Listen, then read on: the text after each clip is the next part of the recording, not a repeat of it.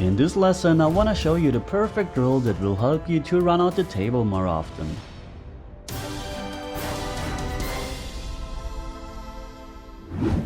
I recently published a very interesting drill on my Patreon page. It trains the most common shotting pool that you should know from one of my earlier lessons. This shot comes up around 25% of the time in a reg of 8 ball, 9 ball or 10 ball. And this drill exactly requires being able to play this shot to perfection. The rules of this drill can also be adjusted to make it easier or tougher so that it can help beginners, medium players and even advanced players. I've put the variations in the video description. The drill looks like this and we have to play the balls in order from 1 to 12. The distance between the rail and the balls is exactly 1 ball length. You will now see in my run how this certain shot exactly looks, and afterwards we're going to analyze it with different English and its effect on the cue ball's path. I'm starting with ball in hand and I'm using this path where I can go 3 rails.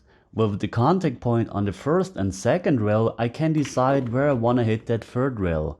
I hit the perfect spot on the third rail and I'm going towards the line of the 2 ball where I have the perfect angle and basically I have the same shot again.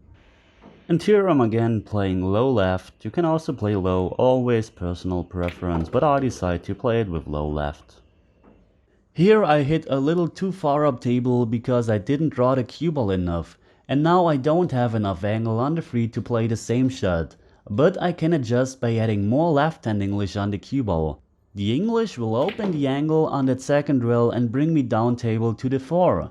This time I went only 2 rails and had to cross the line, but I ended up perfectly on the 4 ball. And now I'm in line again and can play the 3 rail shot. Here I'm using not a lot of power in my stroke, but I'm concentrating to follow through the cue ball to get a nice timing and to hit the right English on the cue ball. And I got that perfect path for the cue ball and I got a nice angle on the 5 ball. Now from the 5 to the 6 I'm again using the same shot, and this time it doesn't matter if I land below the 6 ball because it's the last ball. And it's again the 3 rail shot where on the last rail I'm getting the right angle on the 6 ball. From the 6 to the 7 it's really important that I don't end up being straight on the 7. I would prefer too much angle instead of being straight. And I got the perfect angle on the 7 ball. And as you see, now I have to play basically the same shot again, but I only have to go 1 rail towards the center of the table this time, but the principle stays the same. The object ball is close to the rail, I have the angle where I'm going into the rail and want to bring the cue ball out of the rail into a certain direction. Just make a few breaks in your favorite game, except straight pull and 1 pocket of course, and you will see how many balls will end up close to the long or short rails.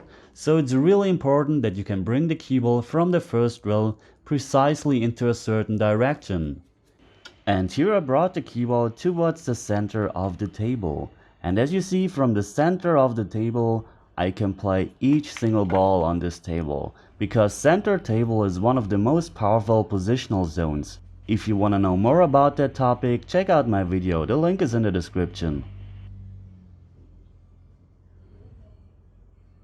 And here I didn't get the perfect angle on the 11 ball, where I again go into the long rail and out, but I'm pretty much straight, but this doesn't matter, I'm just having to draw back a little bit, and from there I can play the last ball in. As you see, I'm having a total different angle this time, but it doesn't matter because it's the last ball on the table. Okay, so you probably noticed I very often played the same shot in this drill with just a few adjustments in speed and English on the cue ball. So let's look at those variations. In this situation we can hit with pure low, but we can also work with English depending on personal preference. The amount of low will change the cue ball path like this. More low will cause the cue ball to hit closer to the side pocket, and less low will cause the cue ball to hit closer to the corner pocket.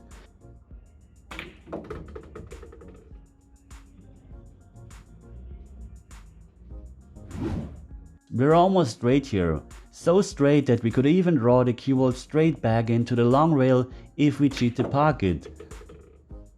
But with a lot of right hand English and cheating the pocket to the left, we can use that English to bring us up table.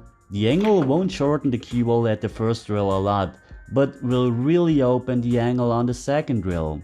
And that's why we can also go up table with this tiny angle. We just have to add a lot of right hand English into the cue ball, cheat the pocket to the left, and most important, don't be shy with our stroke. Remember the free ball I had to play in my run? Here the angle was also too small, so I added more left hand English, and on the second rail the angle really opened and brought us down table.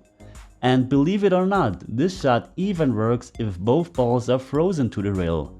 I've put the lesson for this shot also in the video description. Okay, so my suggestion after this lesson is to watch my video The Most Popular Shot in Pool, then the lesson about when to use spin and draw, and then you should go to the practice table and try to master this drill. Don't make it too tough at the beginning and look for an easy variation in the video description. And don't be upset if it takes some time until you can play this drill in its toughest variation. It also took me quite a while to play this drill in a textbook way. If you like this lesson and drill, I would be very thankful if you leave me a comment, a thumbs up, or even share this video. And if you want to support me and get more drills like this, consider to have a look at my Patreon page. Thanks for watching guys, and as always, see you at the next lesson. Take care.